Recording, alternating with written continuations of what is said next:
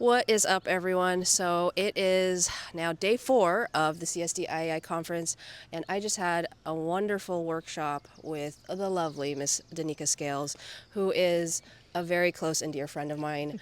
I'm always so impressed by her and her workshops on balancing the burnout and movement, mindfulness, wellness. So I'm so happy that she's here. I will let her do her own introduction because I like everybody else. I'm like, I just don't feel like I can do intros properly. So I'll let her take it away.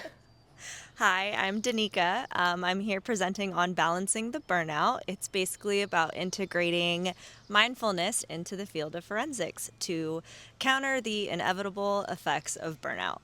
Um, I've been in the field of forensics for just under 8 years. My anniversary comes up in August, kind of crazy. But over the years, I've just become extremely passionate about wellness. My presentation has been birthed from my own experiences, and I decided it needed to be shared with people within the field. So how long have you been in the forensic discipline, and what areas are you specialized in? So I have been in the field for just under 8 years, like 7 years and 9 months. Maybe my math is wrong. I don't know. But I specialize in crime scene investigation, latent print comparisons. My bad, and APHIS examinations. Very cool. So I I know the amount of work that you've done over the last what 8 years. Sorry, I'm like getting my math wrong. About 8 years. We're hired for And forensics, not math. yeah, I know we're not math. Not I do not math well, but there's a lot of work that you've put in over the years, and a lot that you did to get to the career in forensics. So what did you do, and what was your education before you got into the forensic discipline? So, my education is a Bachelor's of Science in Biological Sciences from the University of California, Riverside. I also have my Master's in Forensic Science, specialization in criminalistics from National University. And prior to actually entering into the field, I worked in the biotech field. Oh, very cool. I was right before I was working at a place down in San Diego. I was in the research and development laboratory, and prior to that, I was in the chemistry manufacturing. Oh, wow. So very different side of lab work, but also so very applicable to the forensic discipline, just in a different way. Yeah. Would you say that your experience in the lab has helped you be a better or more well-rounded CSI and latent print examiner? I would say so, yes. So the agency that I currently work for, we are an accredited laboratory. So we have all the same documentation, SOPs, or the requirements and the regulations that I was already used to from the biotech world. So, even just coming down to crossing out like one strike through Right. with your initials, your Yep, dates. yep.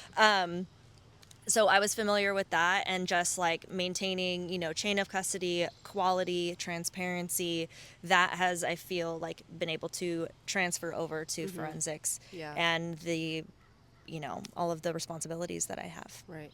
Yeah, that's a really good point because Danica is now my second guest who's had a career in the lab prior to coming into forensic science. So a lot of different avenues and ways to enter into this discipline, and just different career paths that you can also explore too. So we're gonna play our little game of high-low buffalo, and so we'll start with the high. What's something that was a high in your career in this field? Something that you were proud of? Something that made you just really, really happy and joyful? So my high was probably getting signed off of my crime scene investigation training. That was the last portion that was required for me to be a fully functioning independent forensic specialist.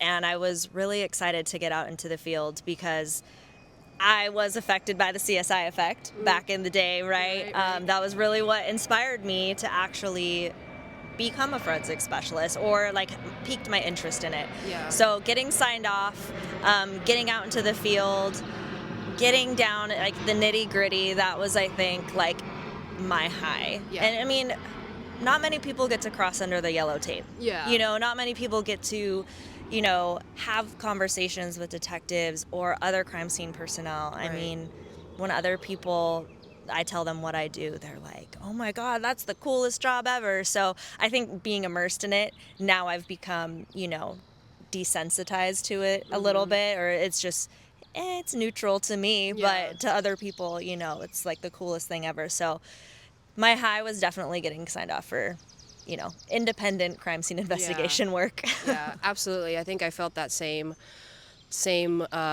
just adrenaline boost when I got signed off, and Like, I was I want to work. yeah, it felt incredible. Like there's no other feeling like it when you walk under that crime scene tape and you feel so freaking cool. It's hard to describe, Yes. but you just feel so cool.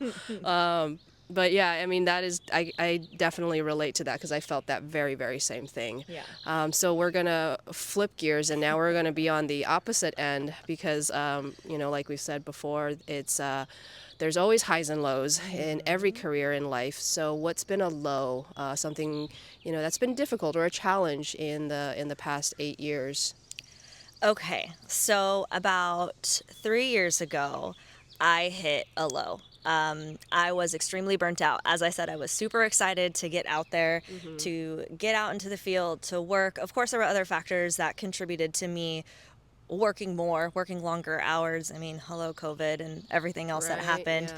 but also just resources. So I was really burnt out, and it was bad. And I was just like, I was so miserable. I wasn't sleeping. I had all these other physiological effects. My mind was always racing. I just felt like I was just trying to stay afloat. Yeah. And actually, that was kind of the beginning, the starting point of what is now like my presentation, what is now everything that I share. But that was definitely the low, was being so burnt out and feeling so disconnected from myself, Yeah. and having to like find my way back. And it was a journey, and it still is a journey. It's not, Yeah. it's never going to end. It's never going to just be like one day it's done, at least like while I'm working here in this Right. field. So Right. that was the low. Yeah. Exhaustion. Yeah. Yeah. I think in this field we all feel it at some point. It's never ending. The casework is never ending. Compassion Yeah, fatigue. compassion fatigue, very much a real thing. And after a while you can feel burnt out, and it happens. It's very, very real, and it's something to be aware of and be mindful of. And so in doing this presentation and creating this workshop, do you think it's helped you work through your own feelings of burnout and kind of coming back to yourself?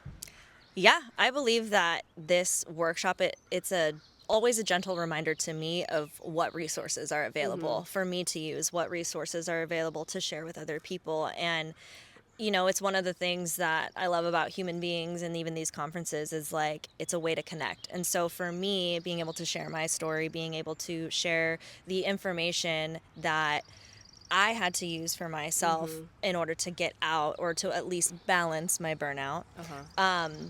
Being able to share that with other people is like super important. And then it's always just a constant reminder to me of like, you can do this, you did this before, this is the same information, or it's more information, and I just Yeah. continue to grow in it. Yeah, absolutely. And you do an amazing job you. in your presentations, and it's so needed. So I'm really glad you're here.